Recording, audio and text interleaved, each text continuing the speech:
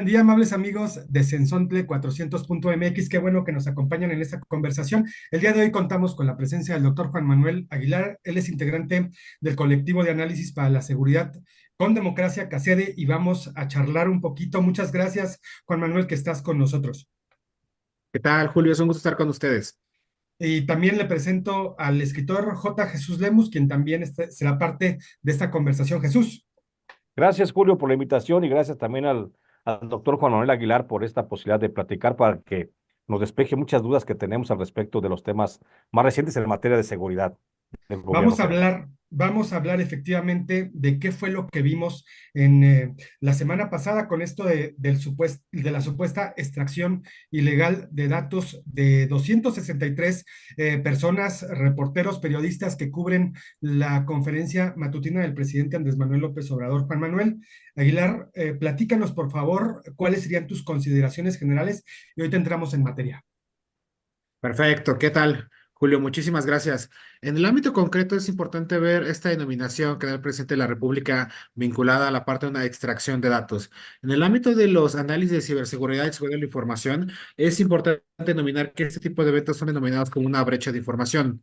Ahora, es muy importante destacar que en el caso concreto hay ciertas particularidades en este evento que no lo hacen susceptible de ser denominado como un hackeo o como en algunas primeras impresiones se refieren al evento. Es importante destacar que en el caso de la descarga de esta información, fue a través de un usuario, de un ex periodista, bueno, un ex colaborador en el ámbito de las conferencias mañaneras, que se hizo desde España. Entonces podemos referirnos a una figura muy importante en el ámbito de los grandes escándalos vinculados a las brechas de información, que sea una figura del insider. Alguien que estaba dentro de la organización, alguien que colaboraba directamente dentro del sistema y que tenía acceso a esta información. Posteriormente, esta persona deja de formar parte de la institución y a través de las credenciales de acceso que él tenía, pues se logra descargar estos datos que van vinculados a muy fuerte polémica por el ámbito concreto de que es información sensible de los individuos que llega a relacionarse con la parte de datos personales y que puede tener una repercusión inmediata en la parte de la vida, la integridad y los derechos de estos individuos. En esta parte creo que es importante destacar que esa ausencia de controles de seguridad de la información en el ámbito concreto de las instituciones del gobierno federal es algo que está fuertemente reproducido. Es importante destacar que la actual administración no se ha destacado por tener políticas para reforzar la ciberseguridad, para reforzar la seguridad de la información y hemos visto una serie tremenda de incidentes cibernéticos o brechas de información vinculadas a instituciones del gobierno, caso concreto lo que fue Guacamaya Leaks, con 6 terabytes de información de Secretaría de la Defensa Nacional, vimos un hackeo a la Secretaría de Comunicación y Transportes, vimos también la parte concreta de una vulneración en la intranet de la Secretaría de Economía, que vulneró por casi 2 semanas los sistemas y operaciones de la institución, vimos el hackeo a Lotería Nacional, vimos el caso del ransomware de Pemex. Entonces hay una larga lista de esta serie de eventos que nos permiten visualizar que el gobierno no alcanza a entender la necesidad de reforzar los sistemas gubernamentales, no alcanza a comprender el ámbito concreto de la importancia de la información que ellos manejan, ya sea en el ámbito de una empresa paraestatal como puede ser Petróleos Mexicanos, ya sea en el ámbito, por ejemplo, de importante de la infraestructura del Estado Nacional, como puede ser la Secretaría de Comunicaciones y Transportes, ya sea en el ámbito de la inteligencia y la seguridad pública y nacional, como puede ser el tema de la Sedena, y esta se une nuevamente a una particularidad de otro episodio en el ámbito concreto donde se revelan el caso concreto de estas vulnerabilidades de las portales y las instituciones gubernamentales. Es importante destacar que en el ámbito de los estudios de ciberseguridad pensábamos que con un evento como Guacamaya Leaks iba a haber una reacción, una política, una focalización por parte del presidente de la República para atender estas vulnerabilidades.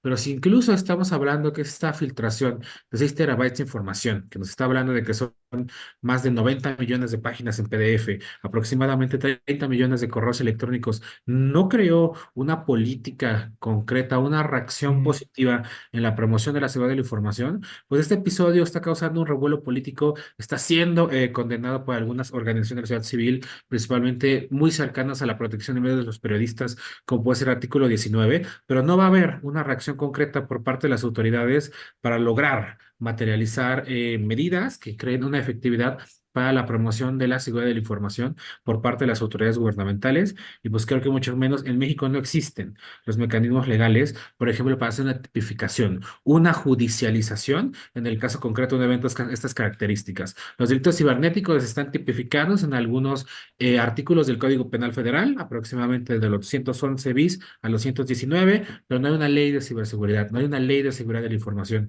no hay una legislación que contemple el tema de los delitos cibernéticos.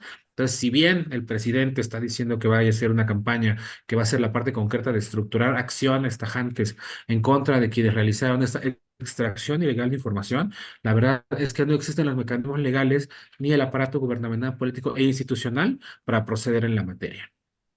Jesús. Híjole, doctor, muchas cosas que preguntarte, por supuesto. Lo primero, lo fundamental, doctor, nada más para ir entendiendo un poquito, quienes no conocemos mucho del tema que tú bien manejas, preguntarte, ¿se vulneró la seguridad nacional? Es decir, estuvo vulnerada la seguridad como nación. No consideraría que la seguridad nacional, pero consideraría sí que hubo violaciones a la ley de protección de datos y hubo violación a los derechos digitales y de seguridad de la información, de los datos personales, vinculados a estos periodistas que han participado en las conferencias mañaneras. Cuando hablamos de una noción de seguridad nacional, nos tenemos que referir más a un contexto vinculado a información sensible que corresponde a la seguridad del Estado-Nación, vinculado a la parte concreta de labores que puede realizar el Centro Nacional de Inteligencia, la Secretaría de la Defensa Nacional, la Secretaría de la Marina, la Fiscalía General de la República, etcétera, etcétera. Donde sí pudo haber una vulneración a la parte concreta de la seguridad nacional fue en la extracción de Guacamaya Leaks. Ya vimos que se empezaban a socializar gran cantidad de información y datos sensibles. Vimos muchos documentos realizados por las áreas de inteligencia, la Secretaría de la Defensa Nacional, investigaciones vinculadas a redes de huachicol, mapas donde se visualizaban presencia de grupos criminales alrededor de diferentes puntos del país que eran elaborados por estas unidades de inteligencia de la Secretaría de la Defensa Nacional. Ese, por ejemplo, es una vulneración porque es información estratégica que está generando, que está acumulando, que está produciendo este conjunto de las Fuerzas Armadas, el Ejército, para poder crear y estructurar una estrategia en contra de la delincuencia organizada. En este caso, la extracción de los datos de los periodistas no es un tema menor, sino se interrelaciona con la seguridad del Estado-Nación, se interrelaciona con el derecho a la protección de datos de cada uno de estos periodistas que asistieron al ámbito concreto de la conferencia mañanera, que subieron documentos importantes de ellos, sensibles, que pueden afectar en su vida cotidiana, como puede ser su credencial de lector, datos muy vinculados a su personalidad jurídica. Entonces, es una violación que afecta los derechos digitales, los derechos humanos y los derechos de protección de datos de estos individuos. No debe ser minimizado, pero no creo que entre en la parte de una denominación de una vulneración a la seguridad nacional, como si fue el caso de Guacamaya Leaks.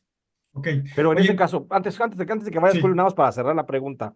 En este caso, doctor, obviamente, y entendemos que no es lo mismo un hackeo que entrar con credenciales autorizadas, aunque ya no estén actualizadas. Evidentemente, o sea, se entiende. Pero en este caso, la seguridad nacional va a depender, la vulneración de la seguridad nacional a través del ciberespacio va a depender entonces del contenido de la información o de la dependencia a la que se vulnera. Porque, por ejemplo, estamos hablando, y tú bien lo explicabas ahorita, de lo que se vulneró y se logró extraer cuando se hackeó a la Sedena. Pero en este ujú, caso se está hackeando a la presidencia de la República. A final de cuentas, fue una computadora de Palacio Nacional de la presidencia de la República. Y más allá de que la información pueda ser sumamente de trascendencia nacional, como lo que decías tú, los mapas, el huachicoleo, el combate a la delincuencia, etcétera, que nada tiene que ver de importancia con una serie de credenciales de datos personales de 363 comunicadores o reporteros, 263. Ajá. 263 comunicadores o reporteros. Entonces, nada, mi pregunta es, ¿en función de qué se puede considerar la estrategia nacional, bueno, la conservación de la seguridad nacional en el ciberespacio, en función de la información contenida o en función de la dependencia infiltrada?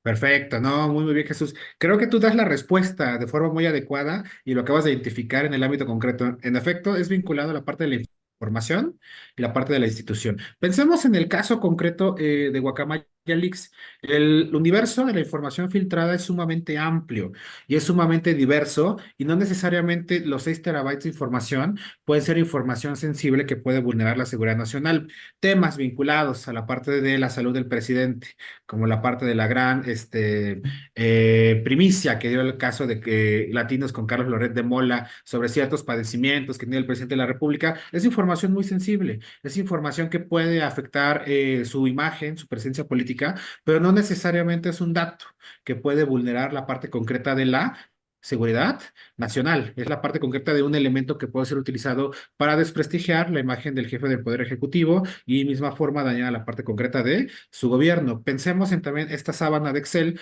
donde se presentaban la información concreta de los altos mandos de la Sedena, comandantes de región, altos mandos de coordinaciones territoriales, etcétera, etcétera. Esa es información muy, muy sensible que puede afectar el ámbito concreto de los derechos individuales, la seguridad individual de los múltiples elementos de esta Secretaría de Estado, pero tampoco necesariamente puede ser información que puede vulnerar el ámbito concreto de la seguridad nacional. Como Ya. bien comentabas, tiene que ver en el ámbito de la institución, tiene que ver mucho con la parte de la relación del contenido concreto de la sensibilidad de la información. El hackeo de Pemex vinculado a este ransomware que ocurrió en el año 2018 fue un secuestro de datos a través del sistema de nómina de la empresa.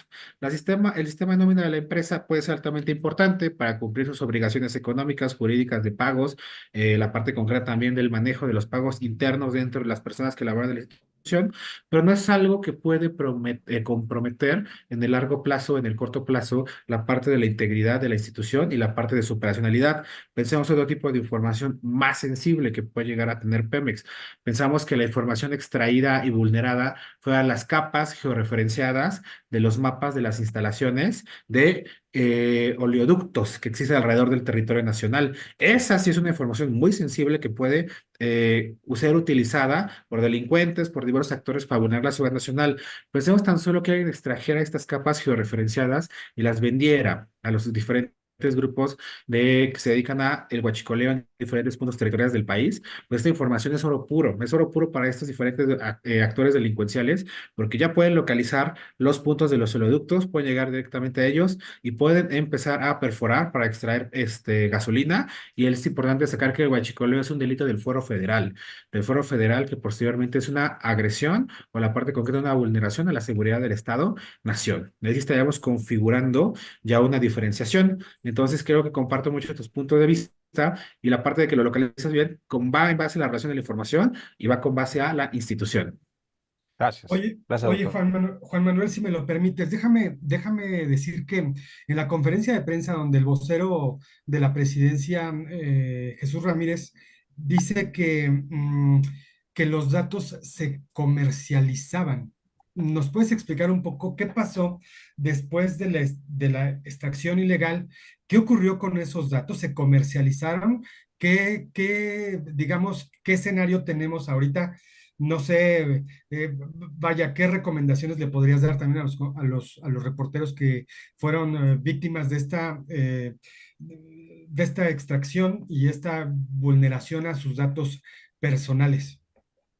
Perfecto. Es importante destacar que si bien la información sensible vinculada dentro de la extracción son datos muy sensibles, hablaba de que eran 186 credenciales de lector, 63 Sí, pasaportes, 2 currículum, una licencia de conducir a Estados Unidos, una clave del CURP y la parte de 10 documentos expedidos por el Instituto Nacional de Migración, podría ser errónea, podría ser equivocada en el ámbito concreto de esta interpretación de que sea la información suficiente para ser comercializada. Creo que sí puede haber actores que pueden estar interesados en conocer estos perfiles, en querer acceder a estos documentos, ya sea el ámbito concreto, principalmente ya tanto de individuos como que apoyan desde el ámbito de los medios de comunicación y la opinión pública al gobierno del presidente, como es de aquellos que son opositores o que tienen un discurso beligerante hacia la parte de la política gubernamental. Con sí. esta declaración creo que se habla mucho precisamente de cuando hay grandes extracciones de información, es muy viable que las bases de datos sean comercializadas para diferentes fines. una de las instituciones que ha sido susceptible de brechas de información masivas y muy fuertes y que tiene un padrón de información y de datos sociodemográficos más grandes y completos del ámbito nacional es el Instituto Nacional Electoral. Porque, por ejemplo, para tramitar, para producir las credenciales de elector, tiene datos sensibles como los nombres, las fechas de nacimiento, algunos teléfonos, las direcciones, etcétera, etcétera. Y es muy conocido que ha habido filtraciones de este tipo de bases del INE, ya sea de nivel federal o de diferentes estados o entidades de la República, que son extraídas y que posteriormente son vendidas. Son vendidas en el ámbito concreto de portales de la Deep Web, son vendidas o distribuidas a través de, por ejemplo, canales de Telegram, etcétera, etcétera. Todo depende del vehículo el cual se pueda acceder a ellos, pero esa información, por ejemplo, es muy, muy valiosa para la parte concreta, por ejemplo, de elaboradores de encuesta CATI. Estas personas que realizan encuestas telefónicas programadas en el ámbito concreto de sondeos políticos, las personas que se dedican a diferentes temas de marketing político, de marketing vinculado a empresas privadas, a marcas, etcétera, etcétera, porque ya van a tener un mundo de información muy, muy amplio de datos sensibles de las personas a los cuales van a poder empezar a comunicarlos, e incluso puede interrelacionar con temas como pueden ser las estafas bancarias, como puede ser también el ámbito concreto de los fraudes vía la parte concreta de lo que es ingeniería social. Entonces, yo creo que ellos hablaban de los riesgos vinculados a la parte concreta de ese tipo de extracciones. Por sí solo las 263 perfiles o documentos vinculados a esos periodistas que han asistido a las conferencias mañaneras son un banco de datos importante, son un banco de datos al cual va a querer acceder muchísimas personas, pero no creo que esta visión de que se tengan pruebas claras, concretas, tajantes de que sean distribuidos y comercializados, podríamos ejemplificarlo. Yo vería más el riesgo vinculado a que hay información sensible que puede afectar a estas personas, que puede incluso hacerlas vulnerables frente a ciertos agentes que pueden tratar de vulnerar su integridad, pero creo que ellos hablaban de este riesgo de cómo estas grandes extracciones de datos pueden vincularse y pueden comercializarse y desembocar en estas diferentes prácticas, porque hay una gran cantidad de actores privados, públicos, del crimen organizado, que van a querer estar interesados en poder acceder a ellas. Doctor, Es, ¿qué tan frecuente son estos hechos en otros países? ¿Qué relación puede existir entre, obviamente, oposición interna de algún régimen de gobierno, como en el caso de México, o una oposición externa? Es decir, ¿tienes tú también conocimiento de algunos hackeos o sustracciones ilegales de datos de algunos otros países? Y sobre todo eso, ¿qué tan frecuentes pudieran ser? Bueno, hay que verlo desde al menos dos o tres perspectivas diferentes, estimado Jesús. En primera instancia, las brechas de información son muy comunes en todos los países alrededor del mundo.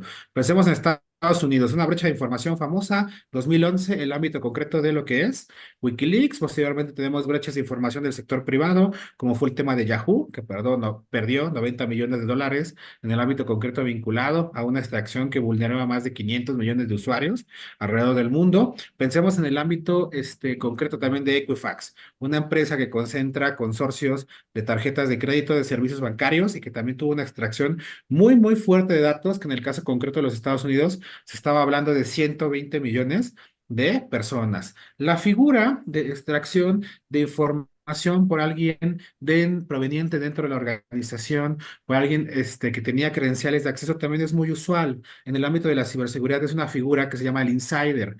El insider es una persona que formaba dentro de la organización, que tenía credenciales y que podía extraer estos datos. El insider más famoso hasta la fecha en el ámbito concreto de datos sensibles vinculados a seguridad nacional, Edward Snowden, que hace estas declaraciones, estas filtraciones sobre cómo espía la NSA, que lo hace en Hong Kong para posteriormente poder escapar a Rusia y a no ser atrapado por la parte de la justicia estadounidense, pero es un representante muy, muy grande de esa tendencia. Hay una literatura muy, muy amplia de lo que son los insiders, porque precisamente las grandes empresas privadas y tecnológicas, como pueden ser Facebook, Twitter, Apple, Google, etcétera, etcétera, tienen un largo historial de experiencia con personas que salen pues enojadas, resentidas con el ámbito de la institución, después de formar parte de ella y posteriormente realizan este tipo de actividades para hacer una revancha o para tener el ámbito concreto de una pequeña venganza en contra de estas firmas o actores públicos o privados es muy, muy fuerte. Este perfil de filtración de de periodistas no es tan usual.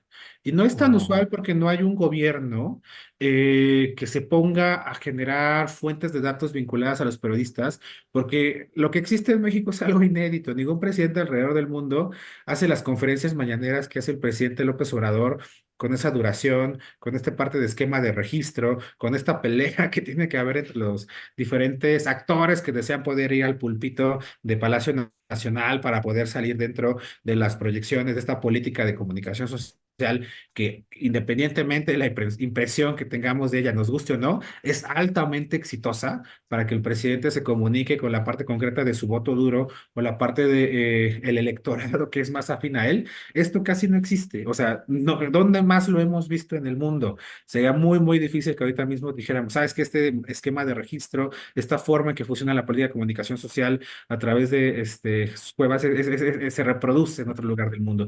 Entonces ahí hay un tema que el mismo gobierno se autogenera. Él, a través de este sistema, se hace poseedor de datos sensibles de los periodistas y datos sensibles de los periodistas para mediante el cual ellos no tienen los esquemas de seguridad de la información y ciberseguridad adecuados para resguardarlos. Y algo tan simple como alguien que tuviera una credencial vieja los pueda descargar y pueda causar una pequeña controversia en la opinión pública y en el ámbito concreto de esta pequeña crisis política que está aconteciendo, pues creo que es algo que corresponde más al perfil, a la particularidad de este esquema de comunicación social que maneja el presidente. Muy interesante lo que dices. Oye, yo tengo una pregunta acerca de los términos que utilizaron. Ellos hablan, la Presidencia de la República, Jesús Ramírez Cuevas, el vocero, dice que se trató de una preproducción y que no hay vulneración, digamos, del contenido completo de los datos que administran el área de comunicación social, o bueno, el área de estrategia digital nacional. Ahí mi pregunta sería, y también lo hicieron en la conferencia, pero nadie de los funcionarios pudo responder. El protocolo no indicaría, y te lo pregunto a ti porque tú sabes de esos procedimientos, ¿no habría que haber respetado un protocolo donde ahí se utilizaran, pues, credenciales falsas? ¿Credenciales falsas para ingresar, para registrarte en el ámbito concreto de la mañanera? ¿O? No, no, no, por supuesto que eso no. O sea, más bien que pusieran información no necesariamente oficial como la que estaba ahí, los documentos personales, sino que hubieran puesto unos PDFs de alguna otra credencial inventada, con datos inventados. ¿No tendría que haber Mm. hecho eso? Esto que planteas es sumamente interesante, Julio. Y bueno, creo que el tema de la inmediatez y Ujú. el tema de la coyuntura y la parte de aprovechar la crisis derivada del evento, muchas veces hace que no se puedan dar estos procesos fidedignos. Es decir, realmente esas 263 credenciales son de los periodistas que hemos observado. Ahí estaría la parte, por ejemplo, de Jorge Ramos, ahí estaría Lord Molécula, ahí estarían los del Universal, los de la parte concreta de la jornada, el chapucero, esos personajes que usualmente son muy recurrentes en el ámbito de la transmisión de la mañanera, podemos observarlos dentro de la reproducción de los documentos. Y esto podría ser interesante porque precisamente tocas un tema muy, muy particular.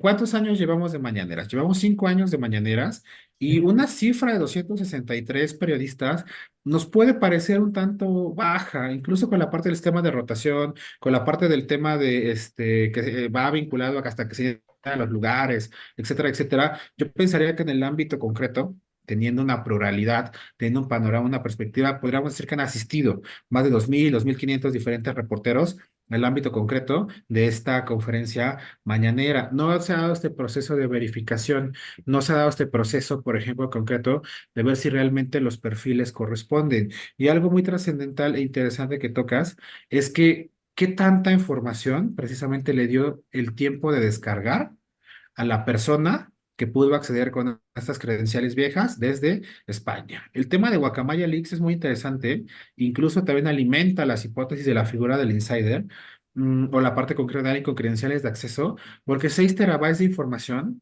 no es algo que puedas descargar en un día, no es Ujú. algo que puedas tener acceso directamente a ellos en una sola tarde, que dediques a bajar carpetas de información de esa institución que fue vulnerada, que es el caso de la Secretaría de la Defensa Nacional. Una persona tuvo que tener acceso por un periodo prolongado de tiempo, podríamos hablar de unos 3 a unos 6 meses, y estuvo constantemente administrando las carpetas, revisándolas, descargando la información, etcétera, etcétera, para posteriormente almacenarla y hacer el ámbito concreto de la filtración. Esta persona, por el ámbito de la información, que realmente es muy acotada, pero no deja de ser sensible desde la perspectiva de la protección de datos, pues puede ser una condición semejante. Solamente pudo extraer cierta información. ¿Qué tanta fidedigna es eso? Incluso, como decías, puede existir la hipótesis de que pudo haber combinado información de la plataforma con la información que él tenía para hacer un poco más de revuelo y causar un poco de impacto político.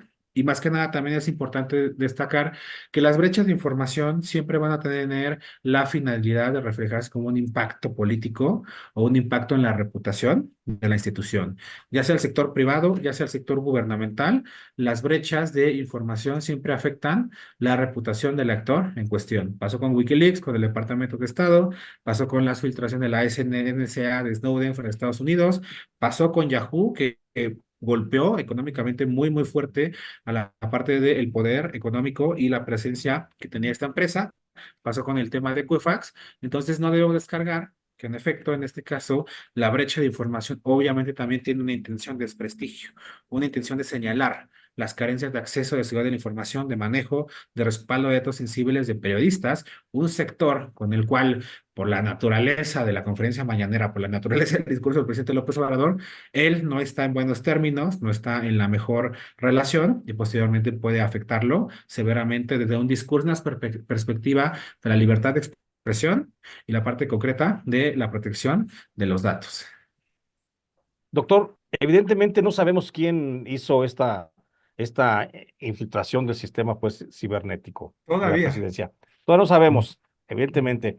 Mi pregunta es, doctor, ¿cómo debemos de pensar, o mejor dicho, cómo lo piensa usted cuando piensa en este o en estas personas? Si son insiders románticamente comprometidos con la libertad de la información y de los datos, o son delincuentes que están buscando dañar a una institución. Mm, el ámbito del contexto actual de México, precisamente promovido por la polarización política que ha sido fomentada desde las conferencias mañaneras, nos deja muchas malinterpretaciones. Y nos deja muchas malinterpretaciones vinculadas a que sería muy difícil diferenciar un discurso entre los buenos, entre los malos. La parte concreta de esta noción ética moral ya está muy disuelta en el ámbito de la discusión nacional y muy disuelta desde alimentar este discurso en contra de la oposición, desde alimentar este discurso en el ámbito concreto de los medios de comunicación que se ha presentado, también la parte concreta de esta polarización social que se va promoviendo día tras día y que bueno, ya es una dinámica en la cual también el presidente se ha vuelto un maestro y que nos deja muchas malinterpretaciones, nos haría que más bien que dar una respuesta concreta, nos empezáramos a volver teóricos de la conspiración. En el ámbito concreto, si queremos alimentar, decir, ¿por qué pasó esto? ¿Por qué es importante en los medios de comunicación? Por ejemplo, yo podría decir de forma trascendental que tal vez este evento se le está dando un peso, una resonancia más grande que el mismo Guacamaya Leaks. Pero también Ajá. cuando se acontece Guacamaya Leaks, la respuesta del presidente es muy burda y su respuesta es tan burda que nos lleva a la parte concreta de una incomprensión de que no alcanza a entender qué sucedió. Cuando pasa Guacamaya Leaks, igualmente dice que es un intento de la oposición por desprestigiar a su gobierno, cuando entendía las dimensiones concretas de la problemática que podía ser para un país como Europa, como la parte del Reino Unido, Francia, etcétera, etcétera, que se filtrara información sensible de las Fuerzas Armadas. Entonces, yo creo que debemos mirarlo con la parte concreta, de mucho recelo, mucho cuidado, mirarlo con recelo y cuidado en el ámbito también de que estamos en un momento político electoral que se nos está haciendo adelantado y que se nos está imponiendo respecto a ya una sucesión presidencial o un adelanto del proceso político que vamos a vivir este año, que empezó desde el mes de septiembre del año pasado y que casi casi nos va a tener un año completo con expectativa político-electoral. Entonces, aquí yo diría que mal haríamos en inclinarnos al denominar la etiqueta, la parte concreta de la naturaleza real de esta filtración. Y si nos inclináramos, inevitablemente saldría nuestra orientación política, saldrían nuestras afinidades Claro. ideológicas y pues ahí obviamente no haríamos más que alimentar más la polarización social. Muy bien. Gracias. Oye, doctor, ya vamos cerrando la conversación. Yo creo que una pregunta más cada uno, si Jesús está de acuerdo. Yo te preguntaría, ¿la vulneración de estos datos tiene que arrojar culpables? Porque me llama mucho la atención de Presidencia de la República, de casi casi se quiso poner del lado de los reporteros y ya nada más le faltó a la secretaria de Gobernación, Luisa María Alcalde, decir, no, pues es que aquí estamos todos, ¿no? Vamos juntos en esto, no. Este, o sea, también una respuesta del INAI que fue de, ya ven, para eso se necesitan las instituciones autónomas, cuando en realidad, hay que decirlo, no han hecho nada, no han hecho nada todavía sobre el propio caso. Entonces, aquí, ¿tú qué esperarías si es verdad, como dicen las autoridades, que hay disposición y que van a llegar hasta las últimas consecuencias? ¿Qué castigo tendría que darse para una persona por y voy a hacer a lo mejor un eufemismo, este errorcito que cometieron? Bueno, la solución, eh, alcanzar una solución política satisfactoria siempre para las autoridades es encontrar un culpable. Encontrar un culpable que tenga nombre, apellido, rostro y que se nos pueda presentar y que se nos pueda indicar este es el individuo al cual se le puede adjudicar esta responsabilidad y esta es la parte concreta por la cual se puede dar carpetazo y cerrar este episodio. Y si no pensamos que esto puede estar relacionado o que así funciona la cultura política mexicana, pues tenemos el caso del asesinato de Luis Donaldo Colosio, que ya más de 20 años sigue causando revuelos, se sigue buscando quién fue el culpable, etcétera, etcétera y que se alimenta precisamente de esta dinámica social. Sería interesante ver que se aplicara una sanción política en ámbito concreto de un individuo que está vinculado a la difusión o la mala gestión y administración de contenido sensible bajo resguardo del ámbito concreto de una institución gubernamental, datos que están resguardados bajo la parte concreta de la protección de datos. La ley General de Protección de Datos precisamente contempla la parte concreta de sanciones, multas a instituciones gubernamentales o incluso también en la ley de datos en posesión del sector privado, marca el ámbito concreto de estas sanciones que deben ser impuestas a las instituciones, pero la verdad es que no ha operacionalizado y nunca ha operacionalizado porque ¿por qué nunca ha habido una sanción en contra de Pemex? ¿Por qué no ha habido una sanción en contra de la Secretaría de Economía, de Lotería Nacional, grandes instituciones que forman parte del aparato gubernamental que han tenido una Sí. mala política de resguardo de seguridad de la información y que han derivado en estas extracciones de información sensible que, bueno, han sido fuertemente visualizadas en el ámbito de la opinión pública y que inevitablemente también tienen un efecto vinculado a una actividad ilícita o un delito cibernético. Con independencia de esto, si se llevara la parte de la judicialización, se nos presentara un culpable y se le impusiera una sanción vía las instituciones de procuración de justicia del gobierno mexicano, si bien sea la solución política más satisfactoria para el gobierno de México, también sería la parte concreta de un precedente para años venideros, porque dirían, ok, 3, 4 años, se vuelve a dar un evento de esas características en cualquiera de las secretarías de Estado del gobierno federal y dirían, ¿por qué en ese momento sancionaste, aplicaste estas nociones penales en contra de este individuo? Ahora pues tienes que aplicarlas en contra del actor que está al frente de esa institución, de esta oficina, etcétera, etcétera. Y eso sería una transformación importante, cualitativa, que podría cambiar el régimen en torno a estas brechas de información, a estas extracciones ilegales, a estos hackeos, etcétera, etcétera, que podría de alguna forma, de manera no intencionada, crear un precedente. un precedente en el futuro cercano, que para que también en el futuro fueran sancionados funcionarios vinculados a la autoridad de instituciones que fueron vulneradas en un sentido semejante. Doctor, yo termino con esta pregunta muy simple. Si ya pasó, ¿crees que existen las condiciones para que la infraestructura cibernética del Estado mexicano vuelva a ser vulnerada? Ah, pues claro que existen las condiciones, Jesús, ya lo hemos visto muchísimas veces. Eh, Pero sí va lo a seguir pasando seguramente. va a seguir pasando. Lo interesante sería que hubiera una reacción Sí, real y una comprensión del presidente de por qué es importante la ciberseguridad, de por qué es importante la seguridad de la información y, por ejemplo, por qué es importante la protección de datos cuando vemos que él tiene un discurso tan beligerante contra prácticas que son la transparencia, que nacen de esta noción que es el hábito concreto de la protección de datos y el acceso a la información pública. En el ámbito personal, si el presidente no ha hecho esas reflexiones con otros casos, si no ha hecho la parte concreta de tomar medidas claras y concisas para prevenir este tipo de actos, pues no creo que vaya a cambiar en los pocos meses que le quedan de gobierno, pero pues es muy viable que vaya a seguir materializándose este tipo de información. Yo lo que pondría un poco de fe, lo que pondría las apuestas, sería la parte concreta de que estas reflexiones lleguen a la parte concreta del sucesor del presidente, con independencia del color que sea, y que él sí tome medidas necesarias, una conciencia clara y concisa de por qué es importante la ciberseguridad, seguridad de la información y la protección de datos.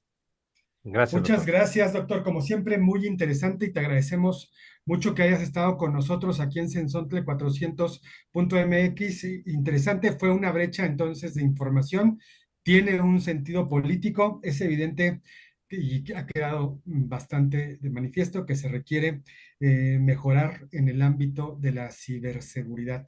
Te agradecemos mucho, Juan Manuel, que hayas estado con nosotros. ¿Algún último comentario? No, pues es más que nada agradecerles y espero que sea la primera de muchas colaboraciones y desearles éxito en este nuevo proyecto. Sin duda, Gracias, gracias, es que doctor. quedó bastante tema y por supuesto que te estaremos pidiendo más entrevistas, más pláticas, más charlas con nosotros. Le agradecemos mucho a quienes nos escuchan, le agradecemos que nos pongan una manita hacia arriba, que se suscriban y pues nada, aquí estamos en Sensontle 400.mx. Muchas gracias.